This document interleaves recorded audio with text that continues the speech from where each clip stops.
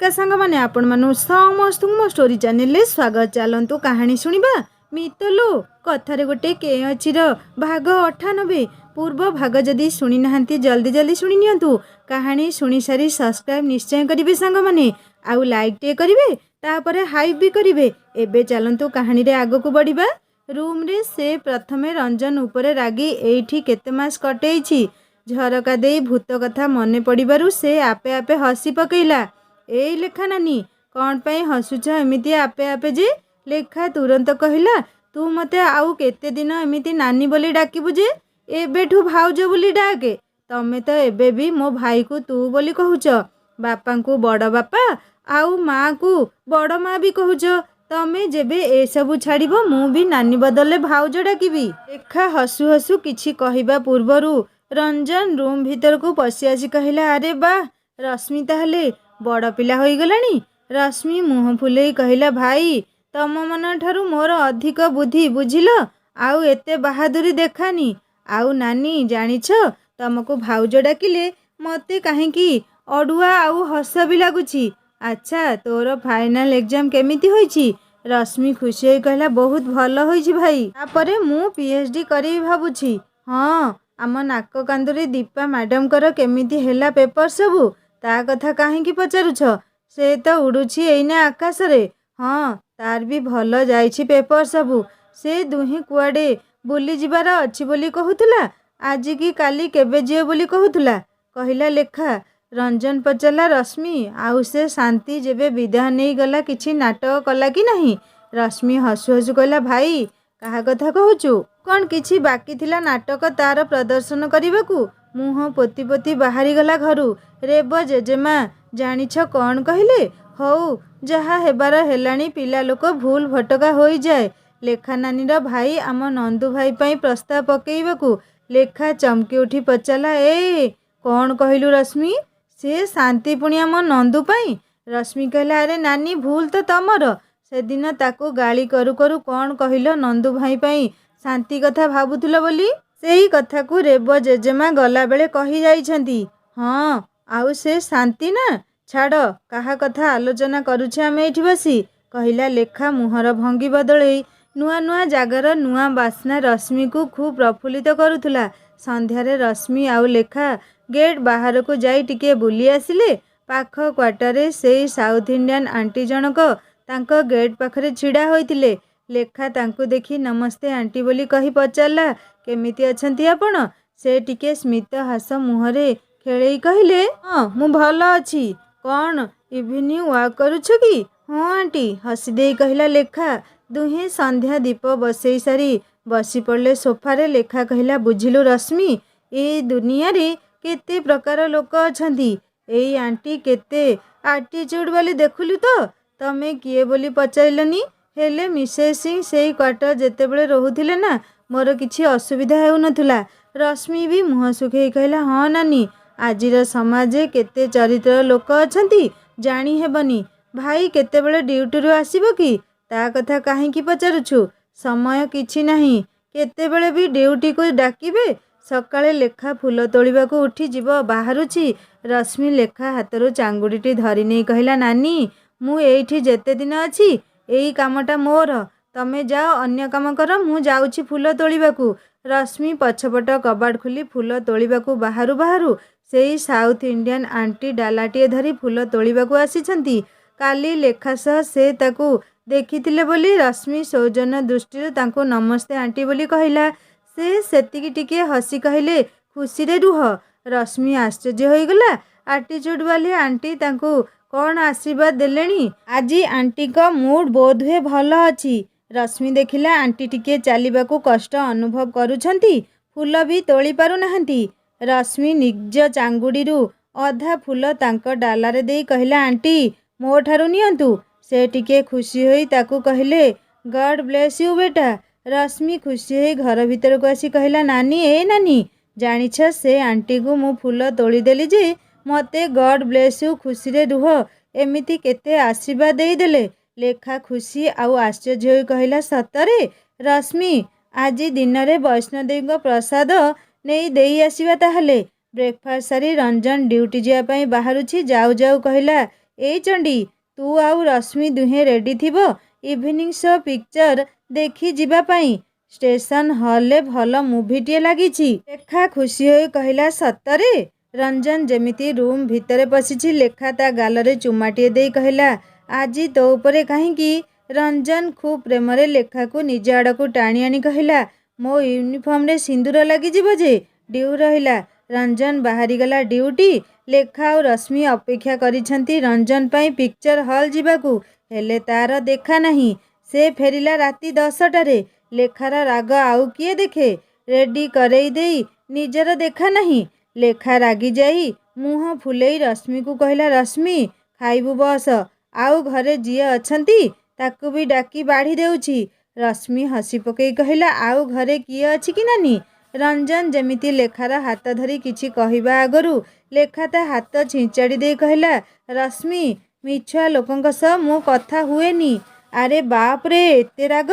ରଶ୍ମି କହିଦେ ସେକ୍ସନରେ ଆଜି କିଛି ଇମର୍ଜେନ୍ସି ଆସିଗଲା, ଆସିପାରିଲିନି। ଏବେ ତ 15 ଦିନ ପିକ୍ଚର ରହିବ।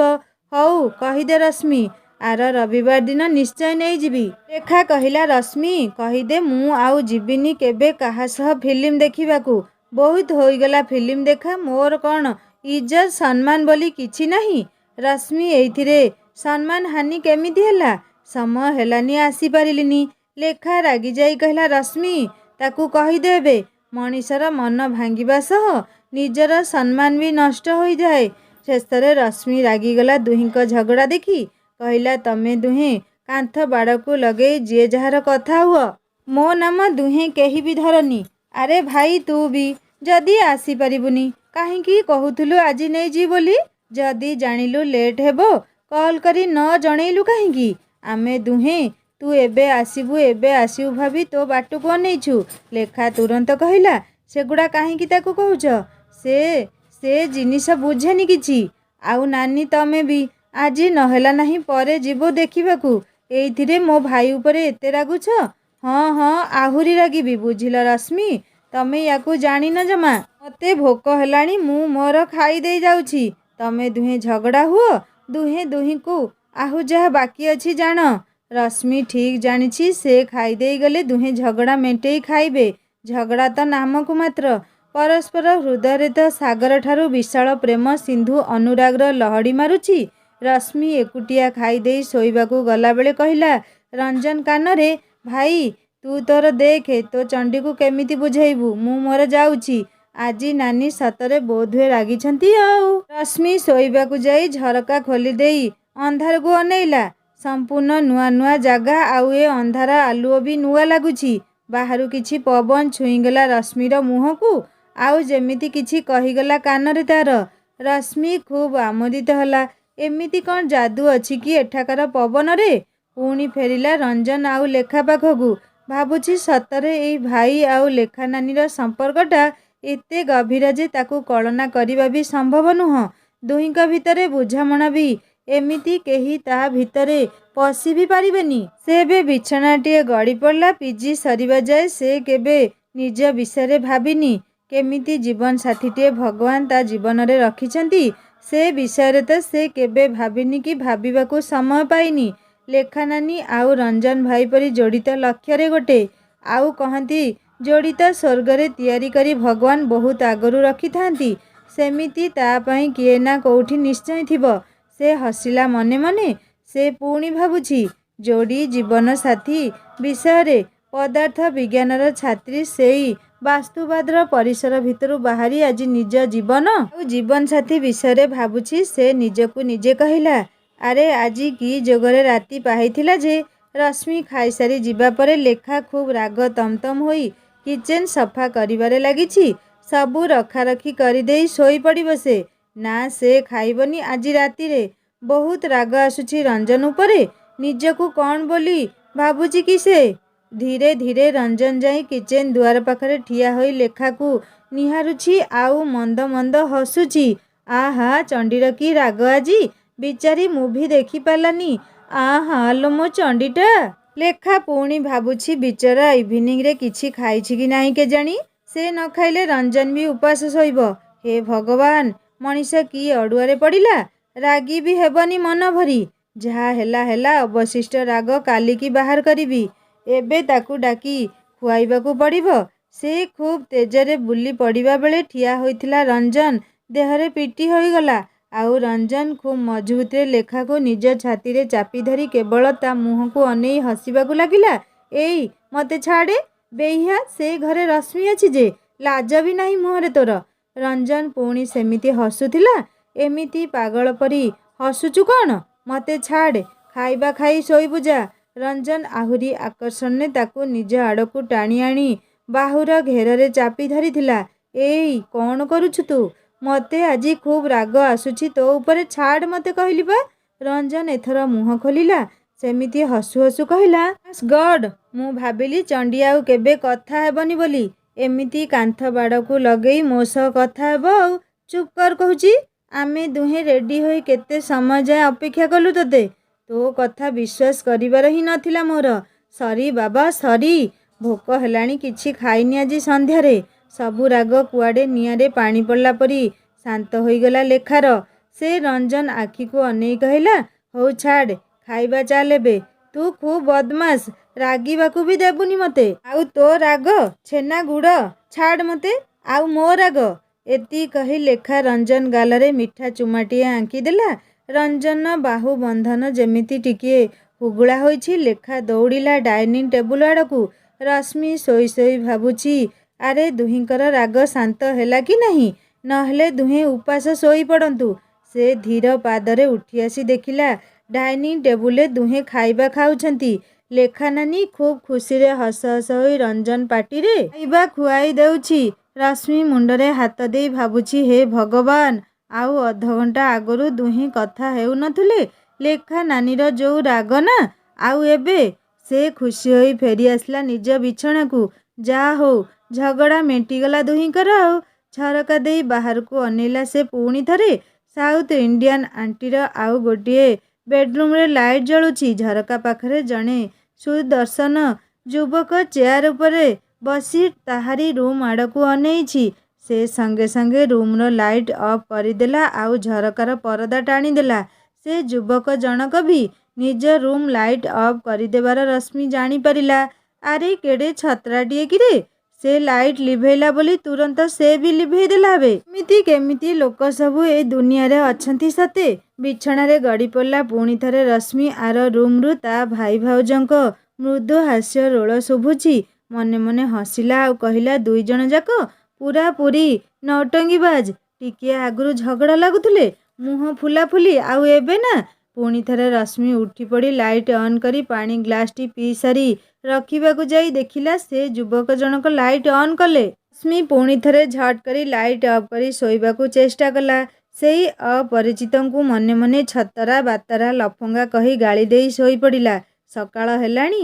ରାତିରେ ଡେରିରେ ଶୋଇଥିବାରୁ ଆଖିରୁ ନିଦ ଛାଡ଼ିନି। ହେଲେ ଲେଖା ନାନୀକୁ କହିଛି ଫୁଲ ତୋଳା ଦାୟିତ୍ୱଟା ତାର ବୋଲି। ସେ ଧଡ଼ପଡ଼ ହୋଇ ଉଠି ଫୁଲ ଚାଙ୍ଗୁଡ଼ି ଧରି ଗଛ ମୂଳରେ ହାଜର। ଆହା, ସକାଳଟା କେତେ ଶୁଭ ଆଉ ସୁଷମାମୟ ଲାଗୁଛି ଏଇଠି। ଗଛ ସବୁ ଫୁଲରେ ନେଥି ହୋଇ ପଡ଼ିଛନ୍ତି। ଥଣ୍ଡା ଥଣ୍ଡା ସମୀରଣ ଦେହ ଆଉ ମନକୁ ଖୁବ୍ ଉତ୍ଫୁଲ୍ଲିତ କରୁଛି। ଦେହରେ ମନରେ କାହିଁକି କେଜାଣି ଅହେତୁକ ଶିହରଣ। ଚାରିଆଡ଼କୁ ଅନେଇ ଫୁଲ ସବୁ ତୋଳି ଚାଙ୍ଗୁଡ଼ି ଭର୍ତ୍ତି କରି ସାରିଲାଣି ରଶ୍ମି। ଆଜି ସେ ସାଉଥ୍ ଇଣ୍ଡିଆନ୍ ଆଣ୍ଟି କାହିଁ ଆସିନାହାନ୍ତି ତ? ସବୁ ଫୁଲ ଯାହା ଯେମିତି ତୋଳିଲା। ସେ ହେଲେ ମନ୍ଦାର ଗଛଟି ଖୁବ୍ ବଡ଼, ହାତ ପାଉନି ତାର। ଜମ୍ପ କରି ଡାଳ ଧରିବାକୁ ଚେଷ୍ଟା କଲା, ହେଲାନି। ଏ ଲେଖା ନାନୀ କେମିତି ତୋଳନ୍ତି କେଜାଣି? ଅଚାନକ ଗୋଟିଏ ଡାଳ ତା ହାତ ପାଖକୁ ଟାଣି ଧରିଥିଲେ ସେଇ ଯୁବକ ଜଣକ।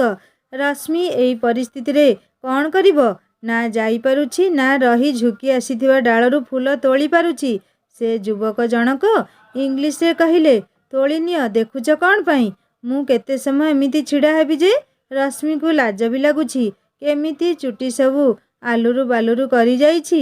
ସେ ଚଟ୍ କରି ଦୁଇ ଚାରିଟା ତୋଳି ଆଣି ଧନ୍ୟବାଦ କହି ଦୌଡ଼ିଲା ଘର ମୁହାଁ। ସେ ପଛରୁ କହିଲେ, ଆମ ଭଗବାନଙ୍କ ପାଇଁ ଅଳ୍ପ ଫୁଲ ଦେଇଯାଅ। ବିଚାରୀ ରଶ୍ମି ଯେତେ ଜଲ୍ଦି ଯିବାକୁ ଚାହୁଁଛି ସେତେ ଲେଟ୍ ହେଉଛି। ସେ ବୁଲିପଡ଼ି ଚାଙ୍ଗୁଡ଼ିରୁ ମେଞ୍ଚାଏ ଫୁଲ ଉଠେଇ ତାଙ୍କ ଆଞ୍ଜୁଳାରେ ଭରିଦେଲା। ସେ ରଶ୍ମି ମୁହଁକୁ ଅନେଇ ହସି ଦେଇ କହିଲେ, ବହୁତ ବହୁତ ଧନ୍ୟବାଦ। ରଶ୍ମି ଖୁବ୍ ବେଗରେ ଦୌଡ଼ି ପଳେଇ ଆସିଲା ଘର ଭିତରକୁ। ଆରେ ସେ ତାହେଲେ କାଲି ରାତିର ସେଇ ଲାଇଟ୍ ଅନ୍ ଅଫ୍ କରୁଥିବା ଛତରା ବାତରା ଟୋକାଟା। ହେଲେ ଆଜି ତ ସେ ଭଦ୍ରପରି ଲାଗୁଥିଲେ, ଯେମିତିକି ଖୁବ୍ ପଢ଼ା ଲେଖା ଇଣ୍ଟେଲିଜେଣ୍ଟ। ପୁଣି ଭାବୁଛି, ଆରେ ରୂପସିଂ ହୋଇଥିବ ଆଉ।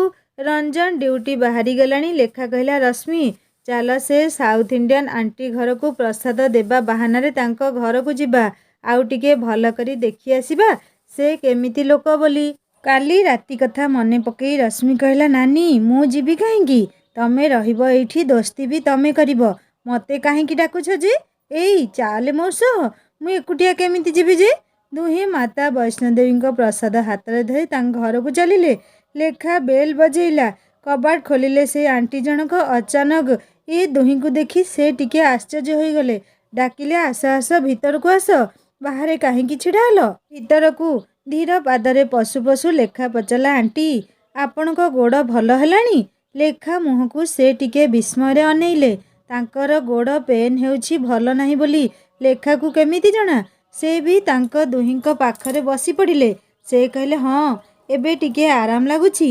ହେଲେ ତମେ କେମିତି ଜାଣିଲ ମୋ ଗୋଡ଼ ପେନ୍ ହେଉଛି ବୋଲି? ଦିନ ଆପଣ ଛିଡ଼ା ହୋଇ ଫୁଲ ତୋଳି ପାରୁନଥିଲେ ତ, ସେଇଥିପାଇଁ। ସେ ହସିଲେ ଆଉ କହିଲେ, ତମେ ଠିକ୍ ଦେଖିଛ ଝିଅ।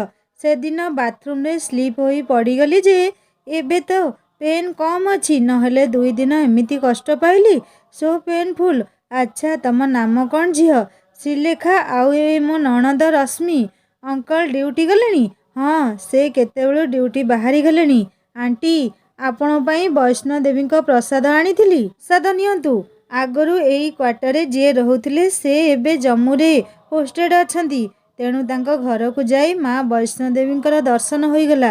ମିସେସ୍ ଭଟ୍ ଖୁବ୍ ଖୁସି ହୋଇ କହିଲେ, ପ୍ରସାଦ ଆଣିଛ ମୋ ପାଇଁ? ମୋ ସୁଇଟ୍ ବେଟା, God bless you my dear. ଲେଖାର ମନ ଭିତରେ ଥିବା ସବୁ ଧାରଣା ସଙ୍ଗେ ସଙ୍ଗେ ବଦଳିଗଲା। ସେ କେମିତି ଆଣ୍ଟିଙ୍କୁ ଆଟିଚ୍ୟୁଡ୍ ଆଣ୍ଟି ବୋଲି ଭାବୁଥିଲା ଭାବି ମନେ ମନେ ଲଜ୍ଜିତ ବି ହେଲା। ଏମିତି ମିସେସ୍ ସିଂଙ୍କୁ ବି ସେ ଖୁବ୍ ଖରାପ ଭାବିଥିଲା ପ୍ରଥମେ। ହେଲେ ସେ କେମିତି ତା ନିଜ ଭଉଣୀଠୁ ବି ଅଧିକ ନିଜର ହୋଇଗଲେ। ମିସେସ୍ ଭଟ୍ ପୁଣି କହିଲେ, ବେଟା କ'ଣ ଭାବୁଛ? କ'ଣ କହିବି, ଏକେ ତ ଗୋଡ଼ ପେନ୍ ଆଉ ଦେହ ବି ଭଲ ରହୁନି।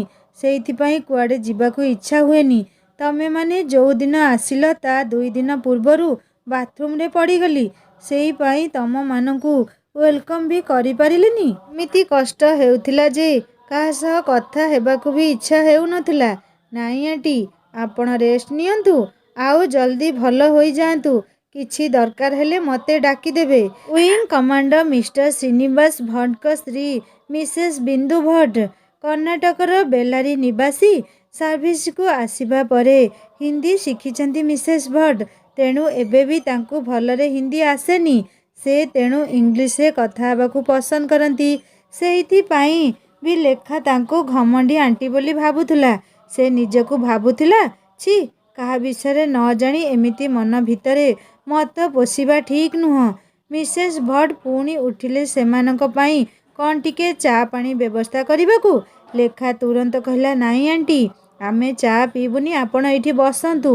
ଯଦି ଆପଣ ପିଇବେ ତ ମୁଁ ବନେଇ ଦେବି। ମିସେସ୍ ଭଟ୍ ଖୁସିରେ ଅନେଇଥିଲେ ଲେଖାକୁ। ଆର ରୁମ୍ରୁ ବାହାରି ଆସିଲା ଗତ ରାତିର ଆଉ ଆଜି ଫୁଲ ତୋଳିଲା ବେଳେ ରଶ୍ମିକୁ ସାହାଯ୍ୟ କରିଥିବା ସେଇ ପିଲା ଜଣକ।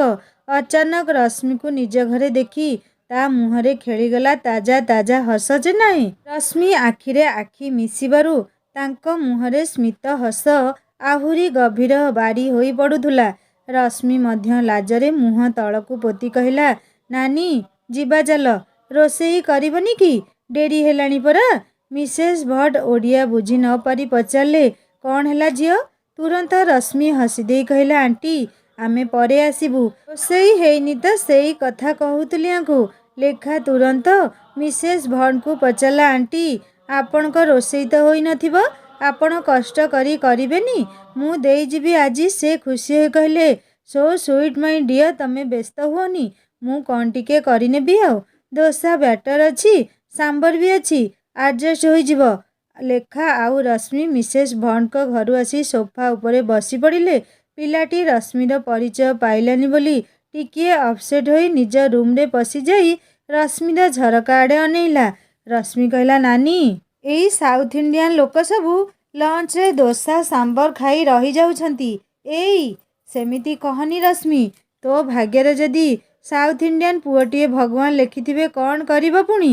ନାନୀ ତମର ଯୋଉ କଥା ନା, ମୁଁ ଓଡ଼ିଆ ଝିଅ ଓଡ଼ିଆ ଘରେ ବାହା ହେବି, ଚାର ପାଣି କାହିଁକି ଖାଇବି? ତାହେଲେ ବାହା ହେବୁ ତ? ନହେଲେ ଆମ ଦୀପାବଳି ହେବିନି କହୁ କହୁ ଜେଜେମା ତା ପାଇଁ ବର ଠିକ୍ କରିଦେଇଥିଲା। ଆଉ ତାପରେ ଯାହା ହେଲା ତୁ ତ ଜାଣିଛୁ। ସେ ତ 1 ନମ୍ବର ଫୁଲେଇ। ମୋତେ କହିଲା ପରୀକ୍ଷା ସରିଲେ ଦିଲ୍ଲୀ ଆସିବୁ। ଆଉ ମୁଁ ଆସିଲା ବେଳକୁ ମହାରାଣୀ ପବନ ଭାଇ ସହିତ ବୁଲି ପଳେଇଛି। ହଉ ସେ ତାର ଉଡ଼ୁ ଯୋଉଠି ଉଡ଼ୁଛି। ଲେଖା ହସିଦେଇ ଉଠିଗଲା ରୋଷେଇ କରିବାକୁ। ରଶ୍ମି ତା ପଛେ ପଛେ ଯେମିତି ରୋଷେଇ ପାଇଁ ସାହାଯ୍ୟ କରିବାକୁ ଗଲା। ଲେଖା କହିଲା, ମୋ ଗେଲି ନଣନ୍ଦରାଣୀ ଯାଅ ଟିଭି ଦେଖ, ନହେଲେ ତମ ବହି ପଢ଼, ରୋଷେଇ ମୁଁ କରିଦେବି। ରଶ୍ମି ଲେଖାକୁ ଅନେଇ ଭାବୁଛି, ମୋ ଲେଖା ନାନୀ ପରି ଭାଉଜ ଏ ଦୁନିଆରେ ବି କେହି ନାହିଁ। ମୋ ଭାଇ ଭାଉଜଙ୍କ ଯୋଡ଼ିକୁ କାହାରି ଆଉ ଖରାପ ନଜର ନ ପଡ଼ୁ ଯେମିତି। ଏଇ କ'ଣ ଭାବୁଛୁ ରଶ୍ମି?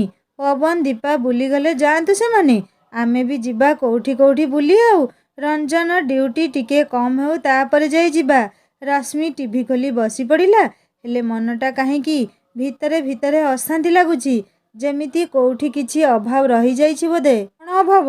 ସେ ଟିଭି ବନ୍ଦ କରି ନିଜ ରୁମ୍ ଭିତରକୁ ଆସିଲା।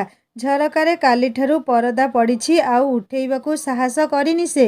ଏବେ ପରଦା ହଟେଇ ବାହାରକୁ ଅନେଇଲା ରଶ୍ମି। ଆରେ ଏ କ'ଣ? ସେଇ ପିଲା ନିଜ ଝରକାରୁ ତାକୁ ଏକ ଲୟରେ ଅନେଇଛି। କି ବାଳୁଙ୍ଗା ବାତରାଟିଏ ତ ଆଉ। ସେ ଆଣ୍ଟିର ପୁଅ ତ କେବେ ହୋଇନଥିବ ଏମିତି। ମୂର୍ଖ କୋଉଠିକାର ଆଉ। ଲେଖା ରୋଷେଇ କରିସାରି କହିଲା, ରଶ୍ମି ଆଣ୍ଟି ଘରେ ନେଇଯାଅ, ଏତକ ଦେଇ ଆସିବ। ଗୋଡ଼ ଯୋଗୁଁ ସେ ରାନ୍ଧି ପାରି ନଥିବେ। ନ ଜାଣିଥିଲେ ନାହିଁ, ତାଙ୍କୁ ଜାଣିସାରିଲା ପରେ ମନ ମାନୁନି। ପଡ଼ୋଶୀ ବି ନିଜର। ଲେଖା ଗୋଟିଏ ବଡ଼ ଟିଫିନରେ ସବୁ ପ୍ରକାର ଯାହା ଯାହା ରୋଷେଇ କରିଥିଲା ପ୍ୟାକ୍ କରି ମିସେସ୍ ଭଟ୍ଟଙ୍କ ଘରକୁ ରଶ୍ମି ହାତରେ ପଠେଇ ଦେଲା। ରଶ୍ମି ଆଉ କ'ଣ କରିବ? ବାଧ୍ୟ ହୋଇ ତାଙ୍କ ଘର ବେଲ୍ ବଜେଇ ଠିଆ ହେଲା। କବାଟ ଖୋଲିଲେ ସେଇ ମହାଶୟ ଜଣକ। ରଶ୍ମିକୁ ଏମିତି ଦେଖି ସେ ମୁହଁରେ ହସ ଫୁଟେଇ କହିଲେ, ଆସ ଆସ ଭିତରକୁ ଆସ, ମମି କିଚେନରେ ଅଛନ୍ତି। ରଶ୍ମି ତୁରନ୍ତ ତାଙ୍କ କିଚେନ ପାଖରେ ଠିଆ ହୋଇ କହିଲା, ଆଣ୍ଟି ମୋ ଭାଉଜ ପଠେଇଛନ୍ତି। ଆରେ ବେଟା କାହିଁକି ହଇରାଣ ହେଲ? ମୁଁ ଅଳ୍ପ ସ୍ୱଳ୍ପ ବନେଇ ଦେଇଛି। ମନା କରିଥିଲି କାହିଁକି କଷ୍ଟ କଲ ଯେ? ରଶ୍ମି ହସି ଦେଇ କହିଲା, ନାଇଁ ଆଣ୍ଟି ହଇରାଣ କିଛି ନାହିଁ। ଆମେ ଘର ପାଇଁ ରନ୍ଧା ହେଲା, ଆଉ ଆପଣଙ୍କ ପାଇଁ ବି ନାନୀ ରୋଷେଇ କରିଦେଲା। ରଶ୍ମି ଟିଫିନ୍ ଦେଇସାରି ବାହାରକୁ ବାହାରିବ। ସେ ପଚାରିଲେ, ତମ ନାମ କ'ଣ? ରଶ୍ମି। ଏତିକି କହି ସେ ତାଙ୍କ ଘରୁ ଖୁବ୍ ଦ୍ରୁତ ଗତିରେ ବାହାରି ଆସିଲା। ଘର ଭିତରେ ଆସି ଦେଖେ ତ ରଞ୍ଜନ ଭାଇ ଡ୍ୟୁଟିରୁ ଫେରି କିଚେନରେ ସେମିତି ୟୁନିଫର୍ମରେ ଖୁବ୍ ସ୍ନେହରେ ଲେଖାକୁ ଧରି ତାକୁ ଏକ ଲୟରେ ଅନେଇଛି। ଏଇ ଛାଡ଼ ନା, ରଶ୍ମି ତାଙ୍କ ଘରୁ ଏବେ ଆସୁଥିବ। କ'ଣ ଭାବିବ ସେ ଏମିତି ତତେ ଦେଖିଲେ? ରଶ୍ମି ଭାବୁଥିଲା ଏ ଦୁହିଁଙ୍କୁ ଆଉ ପାରି ହେବନି। ଛୋଟ ବେଳୁ ତ ଦୁହେଁ ଦୁହିଁଙ୍କୁ ଦେଖି ଆସୁଛନ୍ତି, ଆଉ ନୂଆ କ'ଣ?